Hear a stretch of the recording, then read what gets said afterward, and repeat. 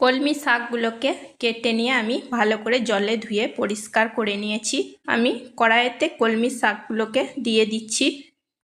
এখন দিচ্ছি টেস্ট অনুযায়ী লবণ, 1 চিমটে হলুদ, 1 চিমটে খাবার সোডা এবং 1 চামচ চিনি। নাড়াচাড়া করে সব কিছু শাকের সাথে ভালো করে মিশিয়ে নেব। এখন আমি ঢাকা দিয়ে হাই ফ্লেমে কিছুক্ষণ রান্না করে নেব। শাকটাও ভালো মতো সেদ্ধ হয়ে গেছে, নামিয়ে নেব। কড়াইতে আমি 1 টেবিল চামচ সর্ষের তেল দিয়েছি। তেল খুব ভালো করে গরম করে নিয়েছি। এখন দিয়েছি 2টো শুকনো লঙ্কা এবং 8-10 কোয়া রসুন কুচো।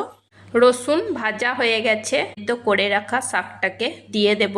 নাড়াচাড়া করে একটু ভেজে নেব। 2 মিনিট মতো নাড়াচাড়া করে ভেজে নিয়েছি। তৈরি হয়ে গেছে কলমি শাক ভাজা।